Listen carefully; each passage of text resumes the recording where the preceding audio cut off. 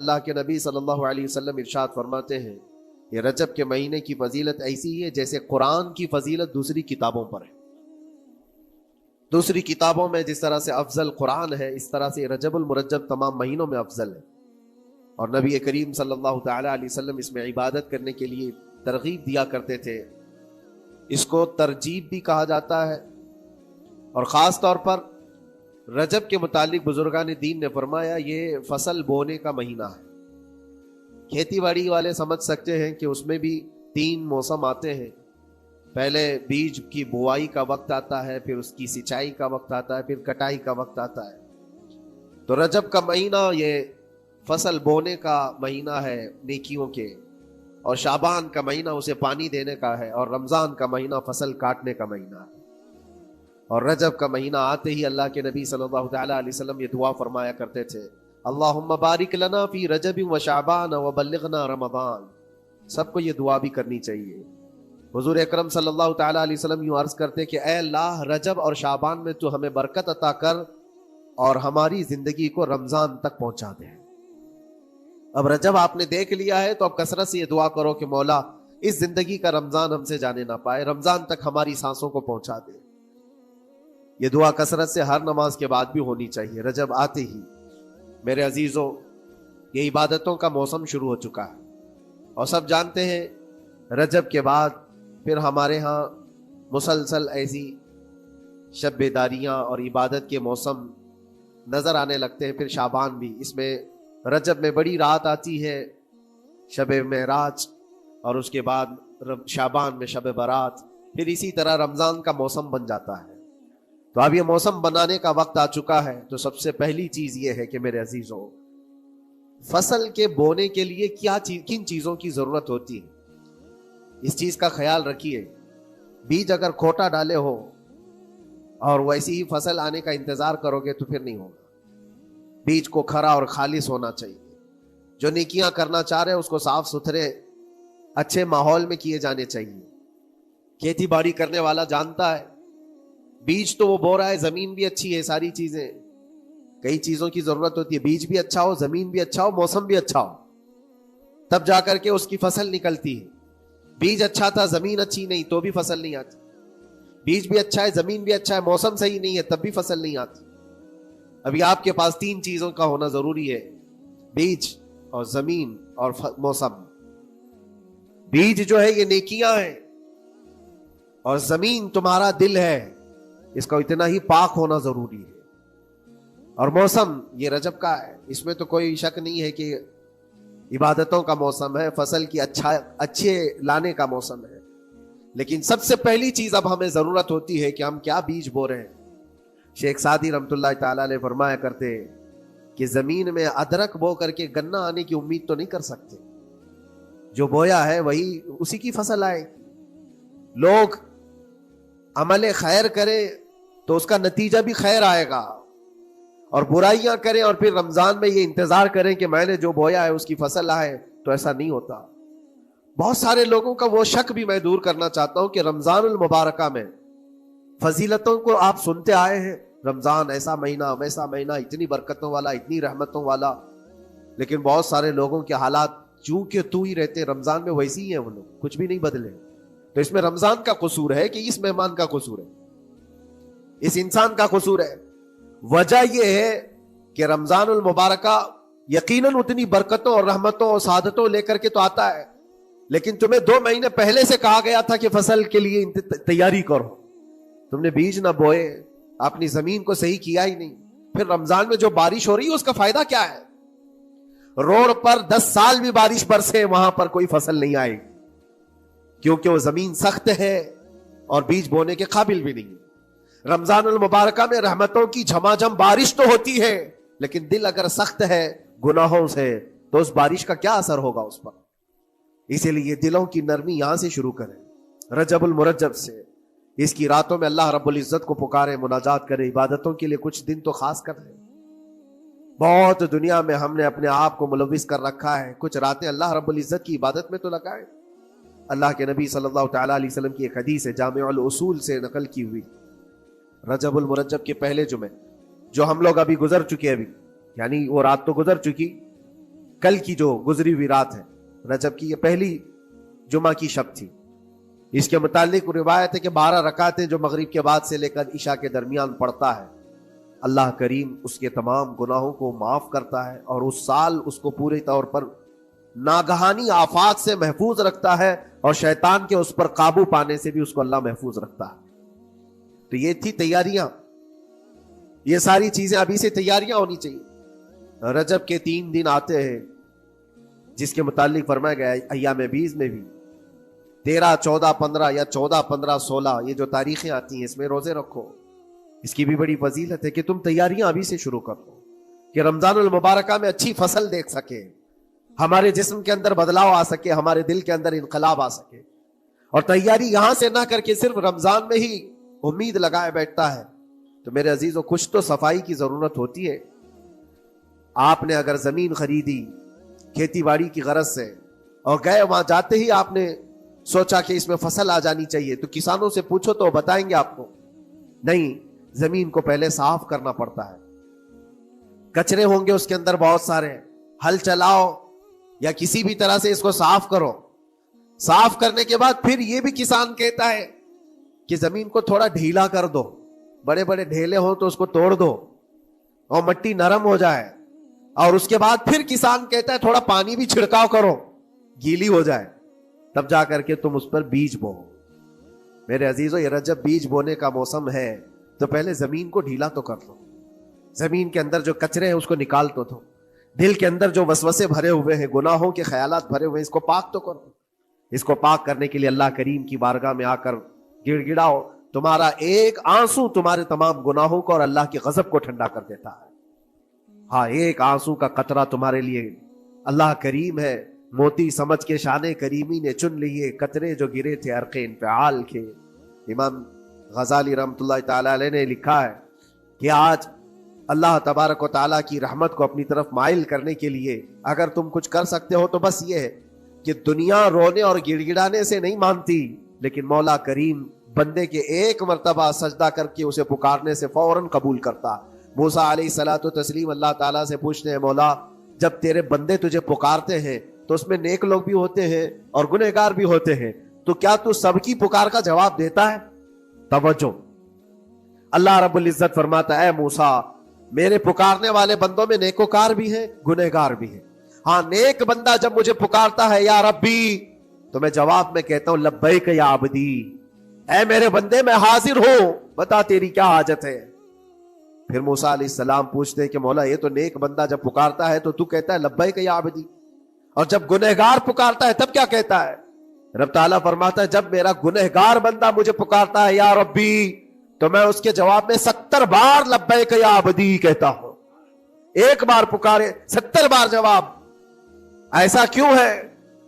تو فرماتا ہے میرا رب نیکوکار کو اس کی نیکیوں پر بھروسہ ہے کہ اللہ معاف کرے، اور گنہگار کو صرف میری رحمت پر بھروسہ ہے. اس کے پاس ہے کچھ نہیں، اس کے آس پاس وہ نظر ڈالتا ہے میں نے کوئی ایسی نیکی رکھی نہیں ہے، صرف اللہ رب العزت کی رحمت ہے جو مجھے معاف کر سکتی ہے. وہ مجھ پر یقین کر کے پکارتا ہے، اس لیے اس کے سوال کا میں بار بار جواب دیتا ہوں. عزیزان گرامی وقار، اقبال نے سچ ہی کہا تھا ہم تو مائل بکرم ہے کوئی سائل ہی نہیں. یہ رب تبارک و تعالیٰ کی طرف سے کہ اللہ تبارک و تعالیٰ کرم پر کرم کرنے کے لیے موقع عنایت کرتا ہے. یا بندے کو آنے کا موقع ہی نہیں ہے، بندہ آنا نہیں چاہتا ہے. اس سے پہلے کہ تمہارے ساری چیزیں بند ہو جائیں، دروازے ختم ہو جائیں، اللہ رب العزت کی بارگاہ میں آؤ اور اسے پکارو. یقیناً یہ تمام چیزیں تمہاری زندگی میں انقلاب لاتی ہیں، بہت بڑی تبدیلی لاتی ہیں. عزیزان گرامی، پھر میں یہ عرض کرتا ہوں کہ رجب کے اس مہینے میں دل کو نرم کرنا بہت ضروری ہے. دلوں کی سختیاں آج گناہوں کی طرف مائل کرتی ہیں. ہمارا دل سخت ہے یا نرم ہے اس کو پہچاننے کے کئی تھرمامیٹر دیے گئے ہمارے پاس. چیک کرو ہمارا دل کس پوزیشن میں ہے آج. امام غزالی فرماتے ہیں 3 علامتیں ایسی ہیں جس سے پتہ چل جاتا ہے انسان کا دل سخت ہے یا نرم ہے، بیمار ہے یا صحت یاب ہے. یہ ڈاکٹر لوگ اسکیننگ سے یا سونوگرافی سے نہیں بتا سکتے کہ تمہارے دل کی یہ کیفیت کیسے، اس کو اہل بصیرت سمجھ سکتے. فرماتے ہیں کہ اگر مسجد میں زیادہ دیر تک بیٹھ نہیں پاتا تو سمجھ لو اس کا دل بیمار ہے.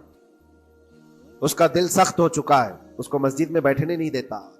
یہی دل ٹیلی ویژن کے سامنے 3 گھنٹے بیٹھے، اس کو کچھ بھی اکتاہٹ نہیں آتی. موبائل پر گیم کھیلتا رہتا ہے، 4 گھنٹے گزر گئے کہ 5 گھنٹے گزر گئے اسے پتہ ہی نہیں. آج ایک سروے کے مطابق ہر انسان جو موبائل چلاتا ہے اس میں 18 گھنٹے وہ بزی ہے دن کے. کئی جگہوں پر ایسے حالات آئے 18 گھنٹے دن میں ہوتے ہی ہے 24 گھنٹے، جس میں 6 گھنٹے اگر آرام کے نکالے تو باقی پورے 18 گھنٹے کیسے انسان بزی رہ سکتا ہے؟ اس میں کھانا بھی ہے، پینا بھی ہے، حاجتیں بھی ہیں. لیکن سروے کے مطابق یہ بھی بات آئی ہے کہ 18 گھنٹے کنزیوم کرتے ہیں. میرے عزیزوں، اس میں کوئی اکتاہٹ اور اس میں کوئی ملال نہیں آتا، بیزارگی نہیں آتی. اور اللہ کے گھر میں یا فرض سے نماز سے ابھی سلام پھیرا کیا کہ بھاگنے کی تمنا ہوتی ہے. کئی جگہوں پر تو ایسا ہے. اسی لیے اللہ کے نبی صلی اللہ تعالی علیہ وسلم کی ایک حدیث میں سناتا ہوں. ارشاد فرماتے 2 چیزیں کسی منافق کے اندر جمع نہیں ہو سکتی. 2 چیزیں منافق آدمی کے اندر آ ہی نہیں سکتی. وہ کیا چیزیں؟ حضور پاک صلی اللہ تعالی علیہ وسلم فرماتے اچھے اخلاق منافق کے اندر نہیں آتے، اور اللہ کی اور اس کے رسول کی ہر بات پر یقین یہ منافق کے اندر نہیں آ سکتے. اور منافق کی یہ علامتیں بتاتے بتاتے میرے نبی نے فرمایا دیکھنا کہ مسجد میں منافق سب سے اخیر میں آئے گا اور سب سے جلدی بھاگے گا. اس کا دل نہیں لگتا، دل سخت ہو چکا ہے. اور بازار میں سب سے پہلے جائے گا اور سب سے لاسٹ میں نکلے گا. بازار اس کے دل لگنے کی جگہ ہے، اس کے وہاں پر تفریح کی جگہ ہے. اور مومن کی علامت یہ فرمایا کہ مومن مسجد میں جلدی آتا ہے اور دیر سے جاتا ہے، اس کا دل لگا رہتا ہے. اور مومن بازار میں لوگوں کے شروعات میں نہیں، اپنی ضرورت کے مطابق گیا اور نکل آیا. اور فرماتے ہیں میرے آقا صلی اللہ علیہ وسلم روئے زمین پر سب سے اچھی جگہوں میں سے کوئی جگہ ہے تو اللہ کا گھر ہے، مسجد ہے. اور سب سے بری جگہوں کے متعلق فرمایا بازار ہے. اب یہاں پر دلوں کے متعلق میں عرض کر رہا ہوں کہ کس کا دل کس پوزیشن میں ہے، اسے آج خود آزما لینا چاہیے. دوسری علامت امام غزالی فرماتے ہیں قرآن پاک کھولے گا وہ صفحہ 2 صفحہ سے زیادہ پڑھ نہیں پائے گا، بند کرنے کا دل کرے گا. یہ تو چھوڑو اٹھانے کے بعد پڑھنے نہ پڑھنے کی بات ہے، کچھ تو چھونا بھی نہیں چاہتے، اٹھاتے ہی نہیں. سال پورا ہو گیا تو قرآن پکڑتے نہیں، تو پھر دل کی کیفیت کیا ہو چکی ہوگی؟ دل کیسا مریض ہوگا؟ بعض لوگ ہم سے یہ کہتے بھی تھے کہ حضرت پڑھنا تو آتا نہیں، کیا کریں گے قرآن کا؟ کہا اٹھانا تو آتا ہے. میں نے ان سے پوچھا قرآن اٹھانا تو آتا ہے، جب قسم کھانے کی بات ہوتی ہے تو کیسے قرآن اٹھا لیتے ہو، سر پہ رکھ لیتے ہو؟ اسی طرح سے قرآن کو ہی اٹھا کر کے سینے سے لگا کر اللہ کی بارگاہ میں دعا کرو کہ مولا میرے دل کے دروازے کھول دے. اور قرآن کوئی سخت چیز نہیں ہے، اللہ وعدہ فرما رہا ہے ہم نے قرآن یاد کرنے کے لیے آسان بنایا ہے. کوئی یاد کرنے والا؟ وہ خود قرآن تمہارے دل میں اتر جائے گا. کوشش کرو. دل کی بیماری کی 2 علامتیں میں نے بتایا. اگر بیمار دل ہے تو زیادہ یہاں بیٹھ نہیں سکتا اور زیادہ دیر قرآن پڑھ نہیں پاتا. تیسری بات فرماتے ہیں کہ تیسری علامت یہ ہے کہ ہمارا دل اگر سخت ہو چکا ہے تو جیب میں پیسے ہوں گے لیکن کوئی مانگ رہا ہوگا اللہ کے نام پر، دینے کی طبیعت نہیں کہیں، دینے کی طبیعت نہیں کرتی. اور یہ چیز ہاتھ اٹھانے کو تمہارا دل نہیں کرتا تو سمجھ جاؤ کہ دل بیمار ہے. اور دل کی بیماری لے کر کے اگر کوئی رجب میں سوچتا ہے کہ میں بیج بوؤں گا تو کیا فائدے کا؟ زمین سخت ہے، زمین سخت ہے اور اس پر بارش بھی ہوگی تو کچھ فرق نہیں پڑتا، فصل نہیں آئے گی. دل کو نرم کرو. اور ایک علامت میں بتاؤں، اور ایک علامت کہ دل نرم ہے یا سخت ہے، اس کی ایک علامت یہ بھی ہے اللہ کا جب ذکر کرے، جنت کا جب ذکر کرے، جہنم کے عذابات کا ذکر کرے، قبر کے معاملات کا ذکر کرے، حشر کے سوالات کا ذکر کرے تو اس کی آنکھیں ڈبڈبا جائیں اور آنسو نکل آنے لگیں.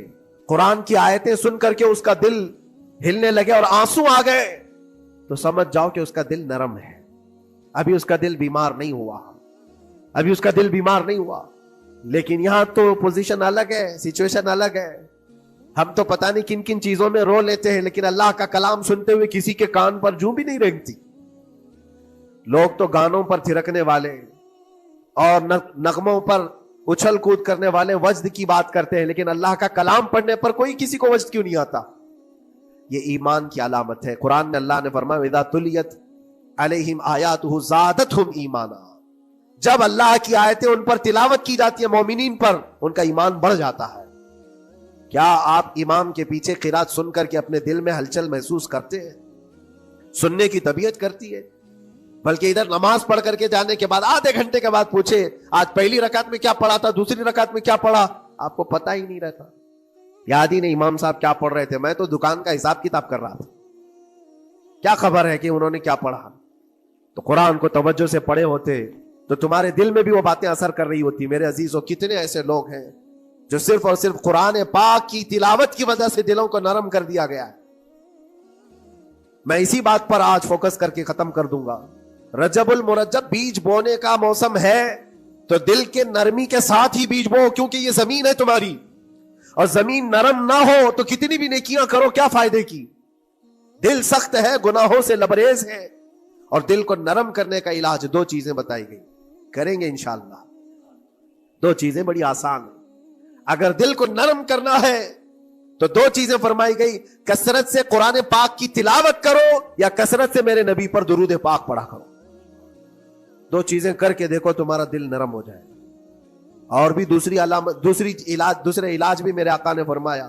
ایک صحابی آئے تھے، انہوں نے عرض کیا یا رسول اللہ صلی اللہ علیہ وسلم، لوگ آپ کے پیچھے نماز پڑھتے ہیں تو زاروں قطار رونے لگتے ہیں، جب آپ دعا کرتے ہیں تو وہ دھاڑے مار کر کے روتے ہیں، میں کبھی رو نہیں پاتا، میرا رونا نہیں آتا، میں بھی قرآن سنتا ہوں، میں بھی آپ کے پیچھے نماز پڑھتا ہوں۔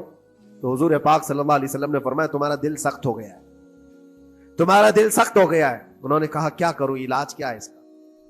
وہ مسیحا امت ہے میرے آقا، ہر ایک کا علاج جانتے ہیں، کس کو کون سا علاج دینا ہے۔ نبی پاک صلی اللہ تعالی علیہ وسلم فرماتے ہیں جاؤ کسی یتیم بچے کے سر پر ہاتھ پھیرو، اللہ تمہارا دل نرم کرے گا۔ ان کے لیے وہ علاج رکھا گیا تھا، جس کو جیسا علاج بتایا میرے آقا صلی اللہ علیہ وسلم نے، کسی یتیم کے سر پر ہاتھ پھیرو دل نرم ہوگا۔ لیکن دل کے نرم ہونے کے علاج اللہ کے نبی صلی اللہ علیہ وسلم کے شفا خانے میں ہے۔ ہاتھ سے آپ کثرت سے درود پاک پڑھو، پھر دیکھو آپ کے دل کے اندر انقلاب آتا ہے یا نہیں آتا۔ آپ کے چہرے کا نور بڑھ جائے گا، زبان کا اثر بڑھ جائے گا، عمل خیر کی طرف رغبت بڑھ جائے گی۔ کثرت سے جب بندہ حضور پاک صلی اللہ علیہ وسلم پر درود پڑھتا ہے، اس کی زبان سے جھوٹ نکل جاتا ہے، گالی اس کی زبان پر نہیں آ پاتی ہے، کیونکہ وہ پاک کرتا چلا جاتا ہے اپنی زبان کو اللہ کے نبی کا نام لے کر کے۔ میرے عزیزو، اس میں دقت کیا ہے درود پاک کثرت سے پڑھنے میں؟ آپ جہاں چل رہے ہو، پھر رہے ہو، اٹھ رہے ہو، بیٹھ رہے ہو، انتظار میں ہو، سونے کے لیے جا رہے ہو، زبان ہی تو ہلانا ہے میرے نبی پاک صلی اللہ علیہ وسلم کی بارگاہ میں درود پڑھ کر کے۔ اور ضروری نہیں ہے کہ بہت لمبے لمبے درود پاک آپ کو یاد کرنے ہو، صلی اللہ علیہ وسلم بھی پڑھ لیا تو یہ درود پاک ہے، یہ درود پاک ہے۔ یا تو پھر الصلاۃ والسلام علیک یا رسول اللہ کہتا ہے تو یہ بھی درود پاک ہے، درود پاک ہے یہ۔ اور دل جب نرم ہو جائے گا تو انشاءاللہ العزیز آپ اس کے اثر بھی دیکھیں گے، اس کے اثر بھی